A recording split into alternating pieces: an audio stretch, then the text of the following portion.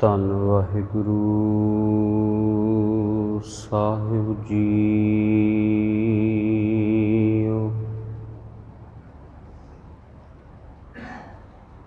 ਸੂਹੀ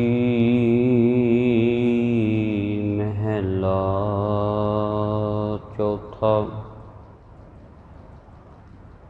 ਹਰ ਪਹਿਲੜੀ ਲਾਵ ਪਰਵਿਰਤੀ ਕਰਮ ਦ੍ਰਿੜਾਇਆ Balram JIO. ਬਾਣੀ ਬ੍ਰਹਮਾ ਵੇਦ ਧਰਮ ਦ੍ਰਿੜੋ ਪਾਪ ਤਜਾਇਆ ਬਲਰਾਮ ਜੀਓ। ਧਰਮ ਦ੍ਰਿੜੋ ਹਰ ਨਾਮ ਧਿਆਵੋ ਸਿਮਰਤ ਨਾਮ ਦ੍ਰਿੜਾਇਆ। ਸਤਿਗੁਰ ਗੁਰ ਪੂਰਾ ਆਰਾਧੋ ਸਭ ਕਿਲ ਵਿਖ ਪਾਪ ਗਵਾਇਆ। ਸਹਿਜ ਆਨੰਦ ਹੋਆ ਵਡ ਭਾਗੀ ਮਨ ਹਰ ਹਰ ਮੀਠਾ ਲਾਇਆ। ਜਨ ਕਹਿ ਨਾਨਕ ਲਾਭ ਪਹਿਲੀ ਆਰੰਭ ਕਾਜ ਰਚਾਇਆ।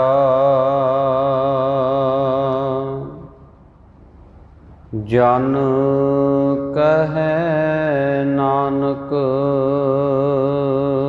ਲਾਭ ਪਹਿਲੀ ਆਰੰਭ ਕਾਜ ਰਚਾਇਆ।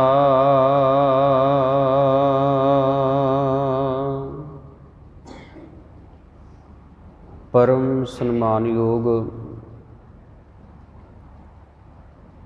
ਜੁਗੋ ਜੁਗ ਅਟਲ ਸ਼ਬਦ ਸਤਿਗੁਰੂ ਧੰਨ ਸ਼੍ਰੀ ਗੁਰੂ ਗ੍ਰੰਥ ਸਾਹਿਬ ਜੀਓ ਮਹਾਰਾਜ, ਤਿਨਾਂ ਦੇ ਪਾਵਨ ਦਰਬਾਰ ਦੀਆਂ ਹਾਜ਼ਰੀਆਂ ਭਰ ਰਹੇ ਸਤਿਕਾਰਯੋਗ ਸਤ ਸੰਗੀ ਜਨੋ, ਸਤਿਗੁਰਾਂ ਨੇ ਅਪਾਰ ਬਖਸ਼ਿਸ਼ ਕੀਤੀ ਹੈ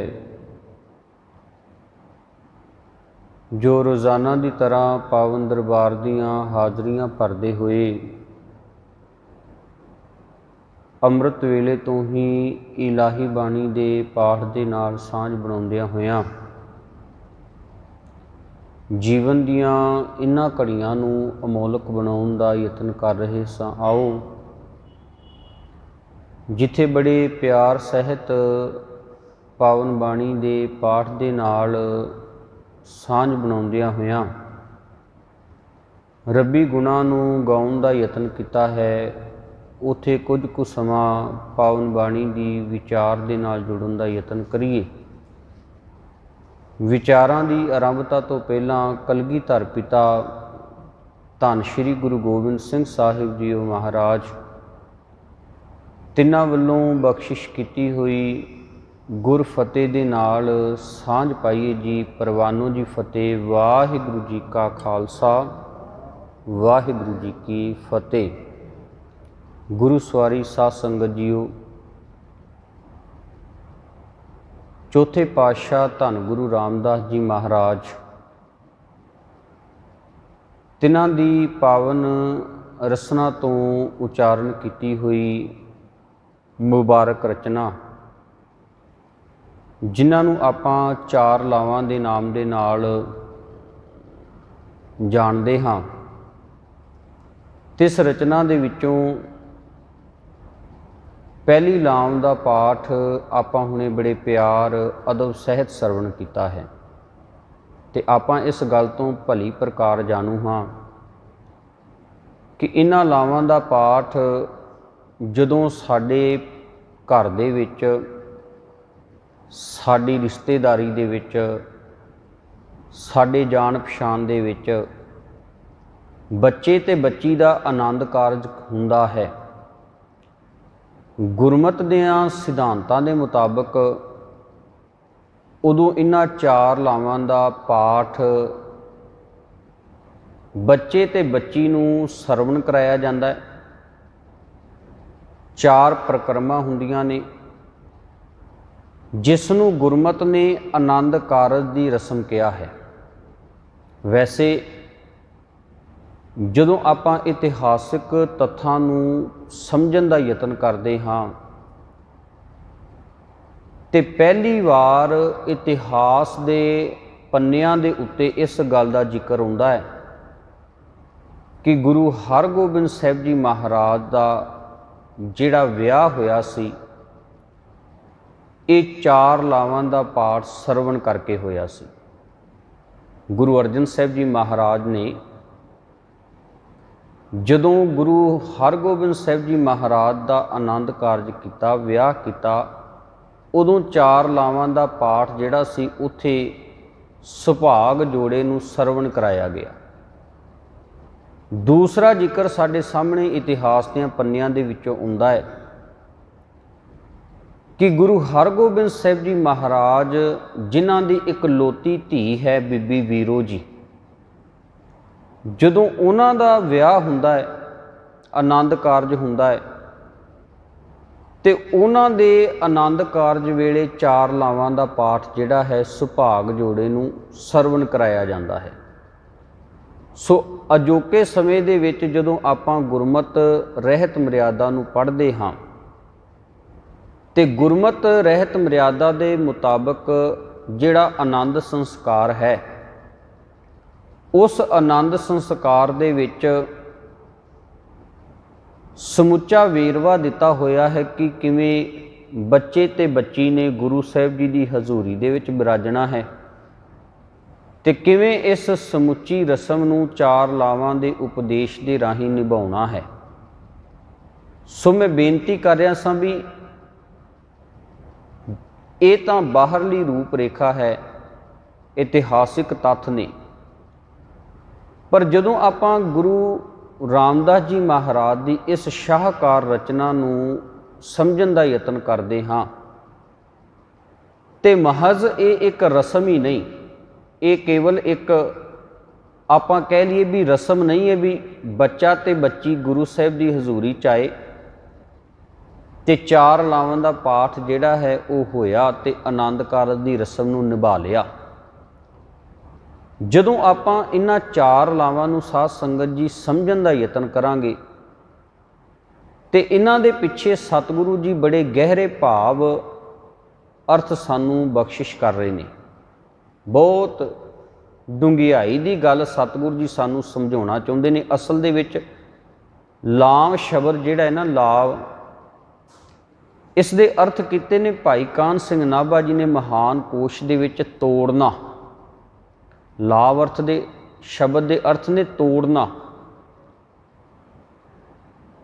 ਜਿਵੇਂ ਇੱਕ ਲੜਕੀ, ਜਿਵੇਂ ਇੱਕ ਬੱਚੀ ਆਪਣਾ ਨਾਤਾ, ਆਪਣਾ ਰਿਸ਼ਤਾ ਆਪਣੇ ਪੇਕੇ ਘਰ ਦੇ ਨਾਲੋਂ ਤੋੜ ਕੇ ਸਹੁਰੇ ਘਰ ਦੇ ਨਾਲ ਜੋੜਦੀ ਹੈ ਨਾ,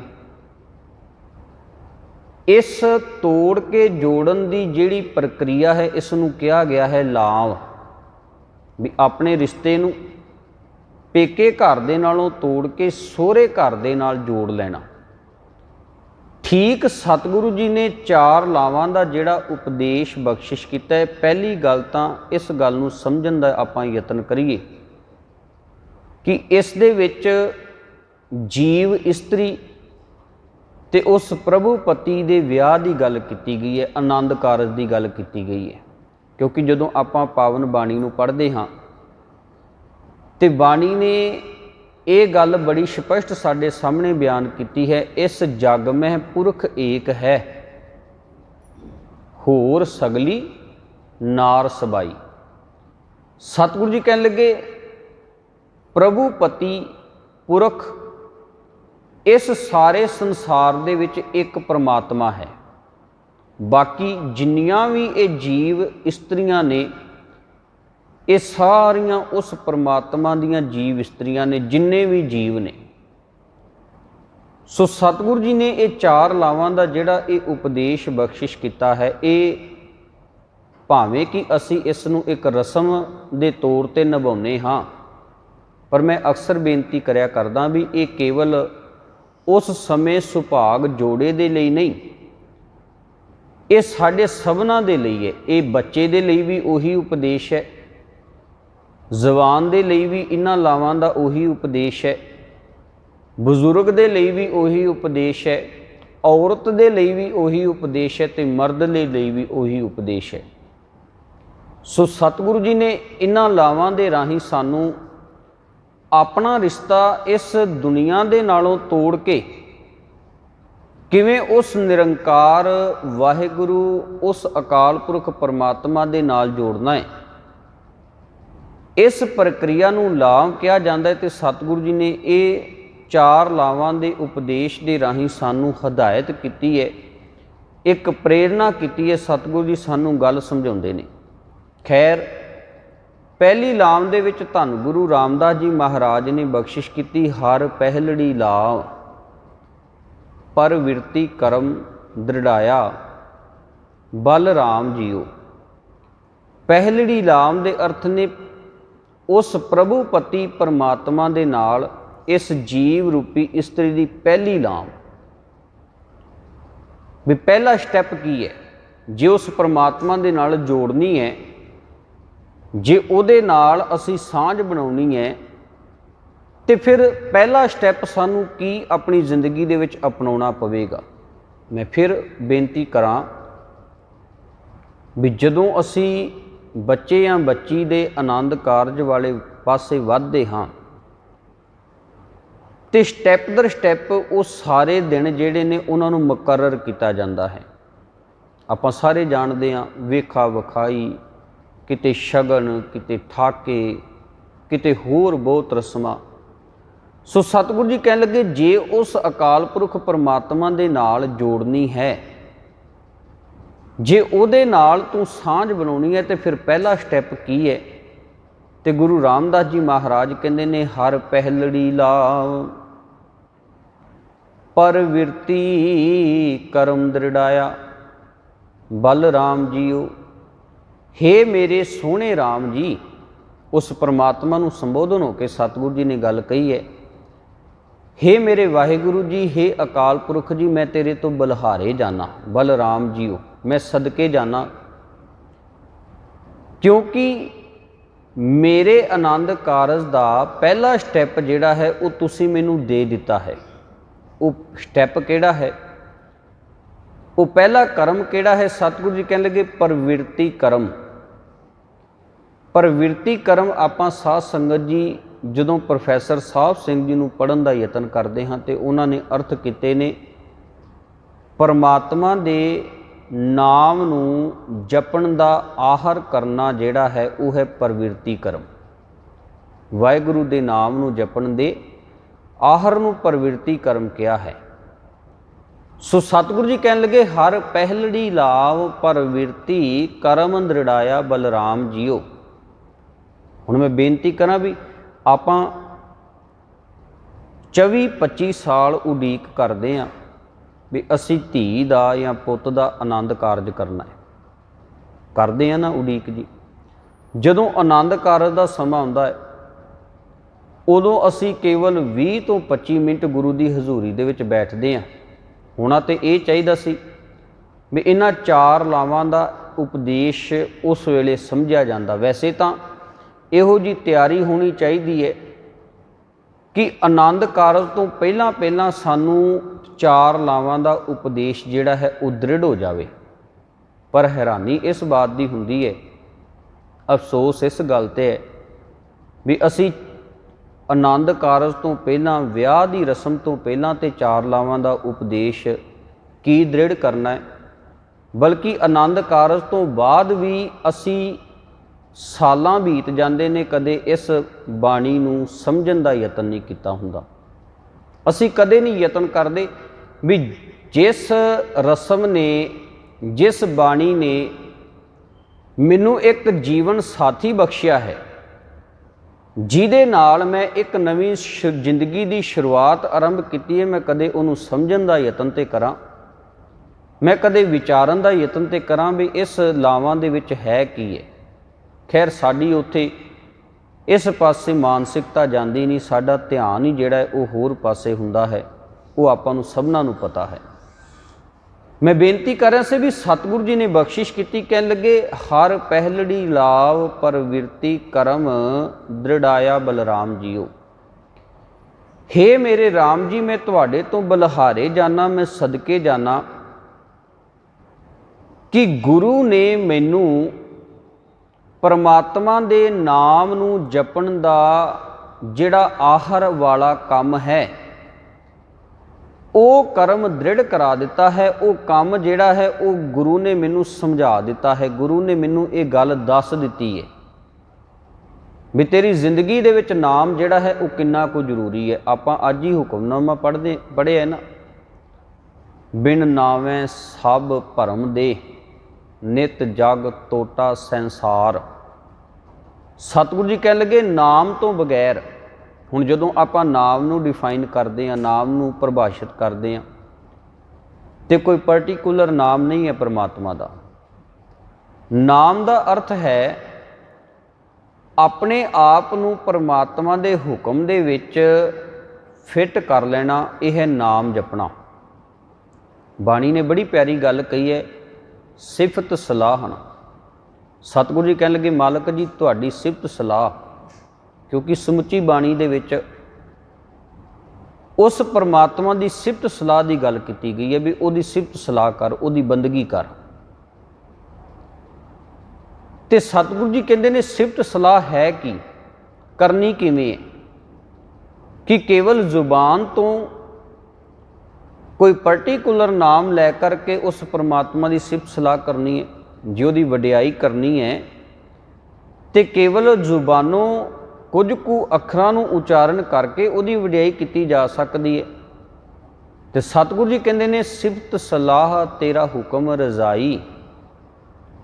ਹੇ ਮਾਲਕ ਜੀ ਤੇਰੇ ਹੁਕਮ ਦੇ ਵਿੱਚ ਚੱਲਣਾ, ਤੇਰੀ ਰਜ਼ਾ ਦੇ ਵਿੱਚ ਚੱਲਣਾ ਹੀ ਤੇਰੀ ਸਿਫਤ ਸਲਾਹ ਹੈ, ਤੇਰਾ ਨਾਮ ਜਪਣਾ ਹੈ। ਇਸੇ ਕਰਕੇ ਬਾਣੀ ਨੇ ਕਿਹਾ ਹੈ ਨਾ, ਸਤਿਗੁਰੂ ਜੀ ਦੀ ਬਾਣੀ ਨੂੰ ਆਪਾਂ ਪੜ੍ਹਦੇ ਹਾਂ ਤੇ ਗੁਰੂ ਸਾਹਿਬ ਜੀ ਨੇ ਇੱਥੋਂ ਤੱਕ ਬਖਸ਼ਿਸ਼ ਕੀਤੀ, ਏਕੋ ਨਾਮ ਹੁਕਮ ਹੈ, ਨਾਨਕ ਸਤਿਗੁਰੂ ਦੀਆ ਬੁਝਾਈ ਜੀਓ।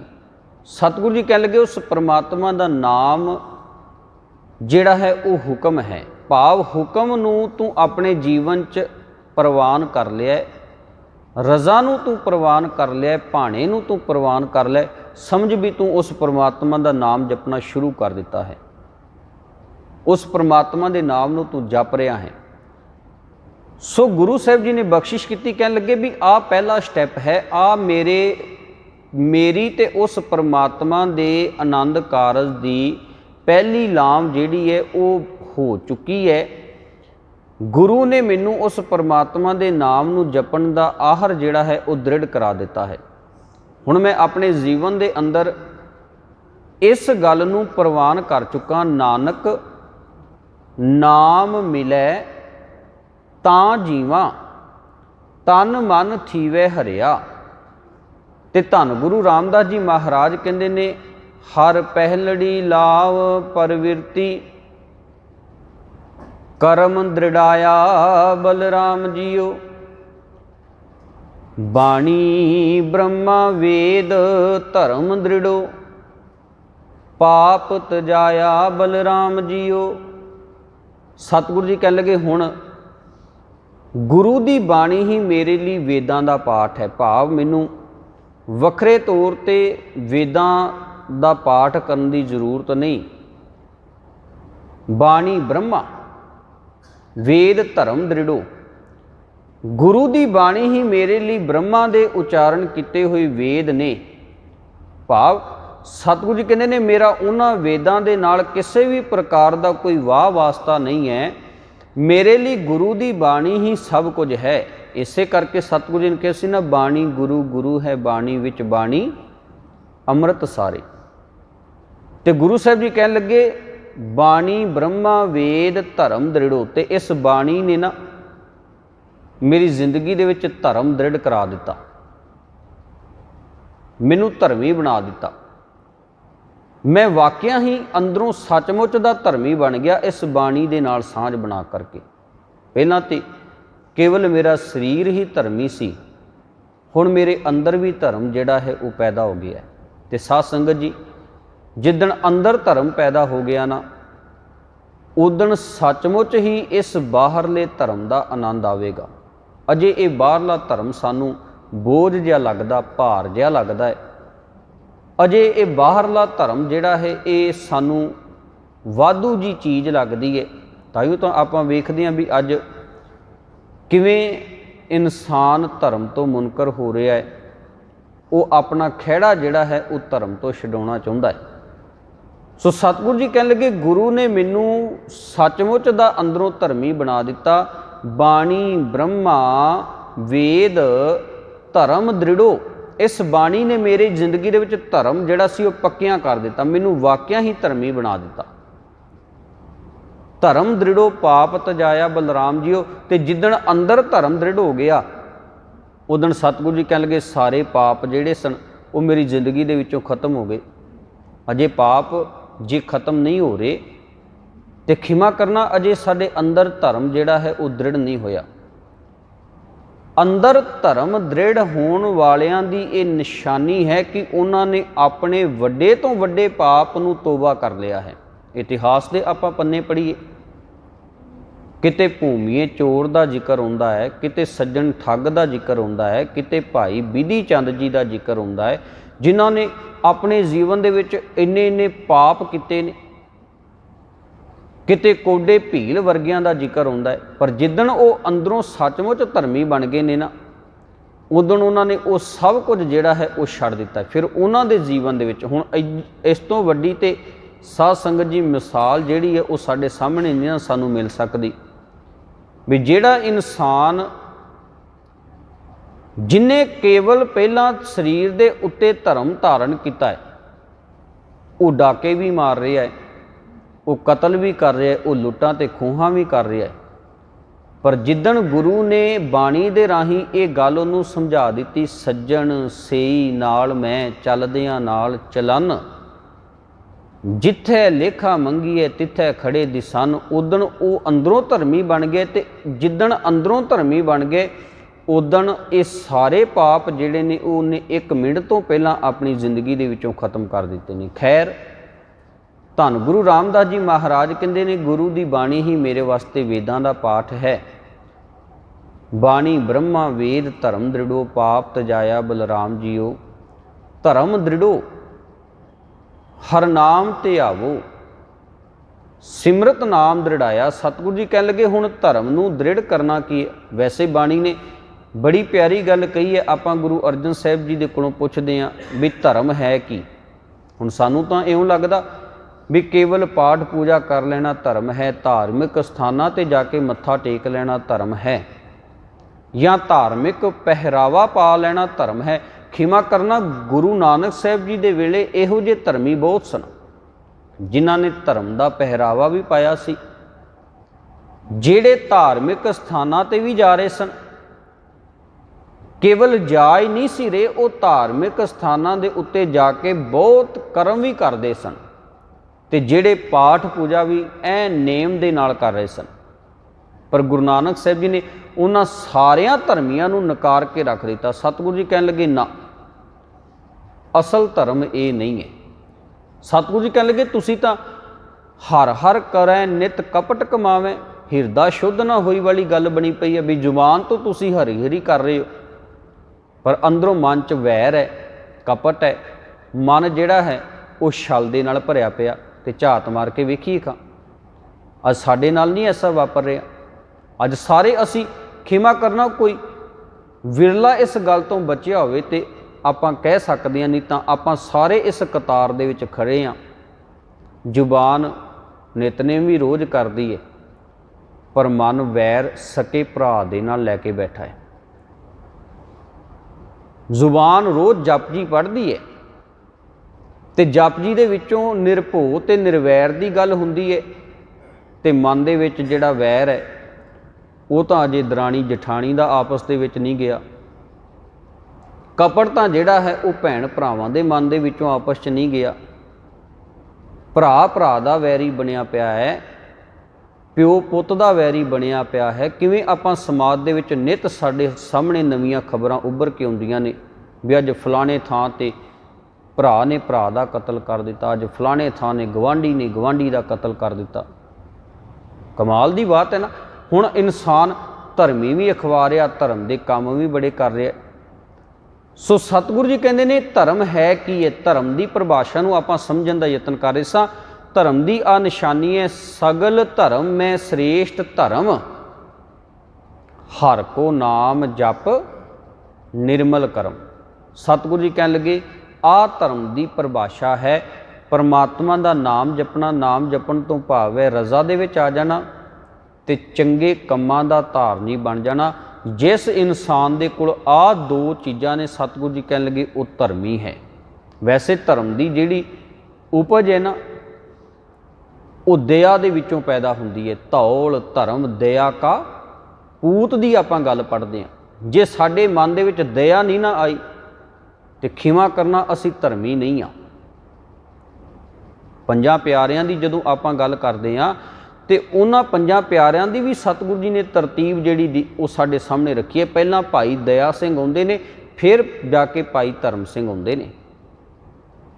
सो धर्मी होने की ये पहली निशानी है भी साडे जीवन दे विच दया होवे, परोपकार की भावना होवे, साडे मनां च तरस होवे। मैं अक्सर बेनती करया करदा भी भगत शेख फरीद साहब जदों किसी नूं आशीर्वाद दिंदे सन ना, बड़े खुश हुंदे सन किसी दे उत्ते। उन्हां दा इतिहास पढ़ीए तो किसी नूं आशीर्वाद दिया करदे सन तो एक गल कहंदे सन भी अल्लाह खुदा तेरे मन दे विच दुख पैदा करे, दर्द पैदा करे, दया पैदा करे। भावे भी किसी का दर्द तेनू अपना महसूस होवे, किसी का दुख तेनू अपना लगे।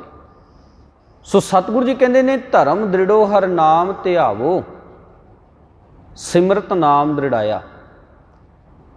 बाणी ने मेरी जिंदगी दे विच धर्म दृढ़ कर दिता है। मैनू ये गल दस दी है भी मैं नाम नू ध्याउणा है तो हुण नाम ध्याउणा ही मेरे लिए सिमरतियां दा पाठ है।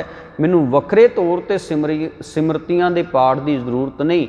हुण बाणी ने मैनू ये गल समझा दी है, सिमरत वेद पुराण पुकारन पोथियां, नाम बिना सब कूड़ गाली होछियां। नाम तो फिर भाव समझ लिया जे, नाम दे अर्थ ने हुक्म दे विच आ जाना, रब दी रज़ा दे विच अपने जीवन नूं ढाल लेना। ते गुरु रामदास जी महाराज कहंदे जिदन ये नाम ध्याया सतगुरु गुर पूरा आराधो, सब किलविख पाप गवाया। जिदन पूरे गुरु नूं आराध्या, जिदन पूरे गुरु का उपदेश अपनी जिंदगी के अंदर वसा लिया, सारे पाप जिहड़े सन उस जिंदगी दे विचों खत्म हो गए गुरु के उपदेश के राही। तो सतगुरु जी अखीर ते कहंदे ने सहज आनंद होआ वडभागी, मन हर हर मीठा लाया। जिन्हां वड्डियां भागां वालियां दे मन नूं परमात्मा का नाम मिठा लगन लग पैंदा है, हुक्म मिठा लगन लग पैंदा है। सतगुरु जी कहन लगे उन्हां दे जीवन च सहज आ जांदा है, आनंद आ जाता है। तो गुरु साहब जी कहते हैं हर पहलड़ी लाव, जन कहे नानक लाव पहली, आरंभ काज रचाया। नानक दास ये गल आखदा है भी ये उस प्रभुपति परमात्मा दे नाल जीव इस्त्री की पहली लाव है। ये उस परमात्मा दे नाल जीव इस्त्री दे विआह का पहला कारज है। नाम जपना, गुरु की बाणी दे नाल सांझ बनाउणी, सतगुरु जी मेहरामत करन। गुरु रामदास जी महाराज ने सानू उस परमात्मा दे नाल इस जीव इस्त्री दे विआह का पहला नुकता दस्या है भी अपने जीवन दे विच नाम जप के उस परमात्मा दे हुक्म नू प्रवान करके उहदे दर ते प्रवान होया जा सकदा है। ते ये गल जिहड़ी है ये पता सानू लगनी है गुरु दे कोलों। वेखो रोज़ आपां पढ़दे हां किव सचियारा होई है किव कूड़े टुटै पाल, हुक्म रजाई चलना नानक लिखिया नाल। सो सतगुरु जी मेहरामत करन। ਅਸੀਂ ਵੀ ਬਾਣੀ ਦੇ ਨਾਲ ਸਾਂਝ ਬਣਾ ਕਰਕੇ ਉਸ ਪਰਮਾਤਮਾ ਦੇ ਹੁਕਮ ਦੇ ਵਿੱਚ ਚੱਲਣ ਦਾ ਯਤਨ ਕਰ ਸਕੀਏ, ਇਹ ਨਾਮ ਜਪ ਸਕੀਏ, ਤਾਂ ਕਿ ਅਸੀਂ ਵੀ ਇਸ ਪਹਿਲੇ ਪੜਾਵ 'ਤੇ ਪਹੁੰਚ ਕਰਕੇ ਉਸ ਪ੍ਰਭੂ ਪਤੀ ਪਰਮਾਤਮਾ ਦੇ ਨਾਲ ਸਾਡਾ ਵੀ ਵਿਆਹ ਹੋ ਜਾਵੇ, ਸਾਡਾ ਵੀ ਮੇਲ ਹੋ ਜਾਵੇ, ਸਾਡੀ ਵੀ ਸਾਂਝ ਬਣ ਜਾਵੇ, ਸਾਡੇ ਵੀ ਹੋ ਸਕਣ ਇਹ ਲੋਕ ਸੁਖੀਏ ਪਰਲੋਕ ਸੁਹੇਲੇ। ਨਾਨਕ ਹਰ ਪ੍ਰਭਾਪੇ ਮੇਲੇ, ਭੁੱਲਾਂ ਚੁੱਕਾਂ ਦੀ ਖਿਮਾ। ਵਾਹਿਗੁਰੂ ਜੀ ਕਾ ਖਾਲਸਾ, ਵਾਹਿਗੁਰੂ ਜੀ ਕੀ ਫਤਿਹ। ਰਾਮ ਕਲੀ ਮਹਿਲਾ ਤੀਜਾ।